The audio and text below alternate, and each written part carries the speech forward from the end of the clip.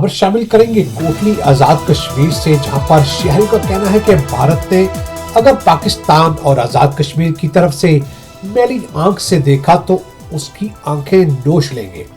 27 फरवरी का दिन ना भूलने वाला शिकस्त का दिन है। भारत इस दिन को कभी नहीं भूल सकता।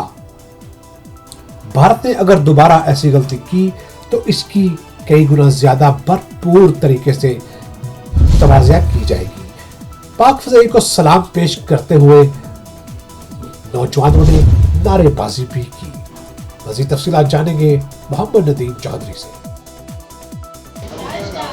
पाक फौज जिंदाबाद, पाक फौज जिंदाबाद, पाकिस्तान जिंदाबाद, कश्मीर बनेगा पाकिस्तान।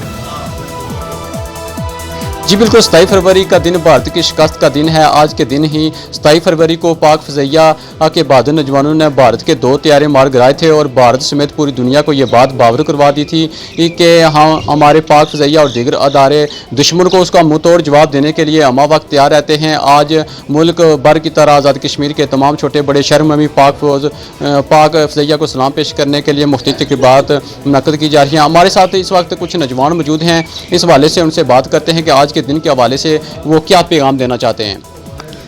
बिस्मिल्लाहिर्रहमानिर्रहीम। पहले तो मैं सब अपने दोस्तों का शुक्रगुजार हूँ कि जो इतने मसरूफ़ टाइम निकाल के यहाँ पाक फज़ैया और पाक फ़ौज के शाना बशाना खड़े हैं।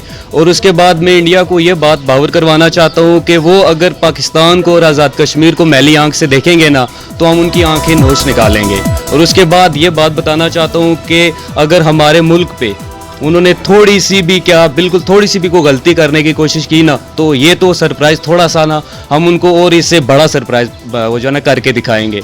तो बाकी हम सब पाक फ़ौज पाक फज़ैया के साथ शाना बशाना खड़े हैं। पाक फ़ौज जिंदाबाद, पाक आर्मी पाकिस्तान जिंदाबाद, आज़ाद कश्मीर जिंदाबाद। जी जैसा कि आपने सुना कि नौजवानों का कहना है कि ये तो छोटा सा सरप्राइज़ था, अगर भारत ने दोबारा ऐसी गलती की तो इससे कहीं गुना ज़्यादा जवाब दिया जाएगा।